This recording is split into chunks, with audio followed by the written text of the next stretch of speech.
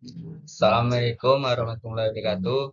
Perkenalkan, nama saya Indra Suryana, NIM 1042200336. Saya akan menjelaskan tentang pengantar hukum ekonomi syariah yang berjudul Perjanjian Syariah. Akad. Akad berasal dari bahasa Arab al-aqdu, dalam bentuk jamak disebut al-uqud, yang berarti ikatan atau simpul tali. Menurut ulama fikih, kata akad yang didefinisikan sebagai hubungan antara hijab dan qabul, sesuai dengan kehendak syariat yang menetapkan adanya pengaruh atau akibat hukum dalam objek perikatan. Perjanjian dan perikatan. Perikatan adalah suatu perhubungan hukum antara dua orang atau dua pihak, berdasarkan mana pihak yang berkewajiban untuk memenuhi tuntunan itu. Sedangkan perjanjian adalah suatu peristiwa di mana seseorang berjanji kepada seseorang lain, atau di mana dua orang itu saling berjanji untuk melaksanakan suatu hal. Asas hukum perjanjian. Asas hukum perjanjian ada 4 macam, yaitu setiap hak dan kewajiban serta akibat hukum dan suatu perjanjian akan mengikat bagi para pihak sejak dicapainya kata sepakat mengenai hal-hal pokok dalam perjanjian. 2. Asas kebebasan berkontrak. Asas kebebasan berkontrak disimpulkan dari pasal 1338 ayat 1 KUHP.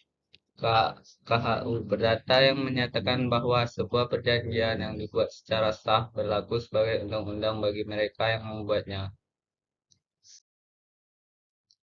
3. Asas mengikat sebagai undang-undang. Asas ini terkandung di dalam pasal 1338 ayat 1 KHU Data, yaitu pada kalimat berlaku pada undang-undang, yang berarti perjanjian akan mengikat bagi para pihak yang membuatnya layaknya sebagai undang-undang. Asas kepribadian. Ada ini perjanjian hanya mengikat bagi para pihak yang membuatnya. Asas ini memiliki pengecualian, yaitu di dalam pasal 1316 KHU Perdata tentang perjanjian garansi, dan di dalam pasal 1317 KHU Perdata tentang lender bedring. Pengembangan akad syariah. Perbankan syariah mempunyai peranan dalam pengembangan perekonomian di Indonesia. Dalam hal ini, tentu lembaga keuangan syariah memberikan pembiayaan kepada masyarakat untuk melakukan pengembangan perekonomian. Penelitian ini bertujuan untuk mendeskripsikan tentang penggunaan akad mudharabah dan murabahah yang digunakan oleh lembaga keuangan syariah dalam hal pemberian.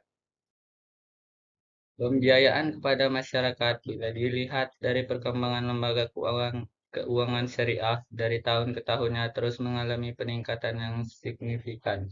Hanya saja masyarakat masih enggan untuk melakukan transaksi di lembaga keuangan syariah. Maka hal ini tentu saja akan berimbas pada akad-akad yang digunakan pada transaksi. Akta perjanjian. Dalam kacamata hukum, akta merupakan tulisan atau perjanjian yang menerangkan perbuatan hukum dan dapat digunakan sebagai alat pembuktian atas perbuatan hukum tersebut. Seperti perjanjian kerjasama untuk membuktikan adanya hubungan kerjasama antara para pihak. Akta sendiri dapat dikategorikan dalam dua bentuk, yaitu akta otentik dan akta di bawah tangan. Banyak orang menganggap bahwa akta otentik merupakan perjanjian yang bermaterai, sedangkan akta di bawah tangan tidak membutuhkan materai agar tidak salah. Sekian dari saya. Wassalamualaikum warahmatullahi wabarakatuh.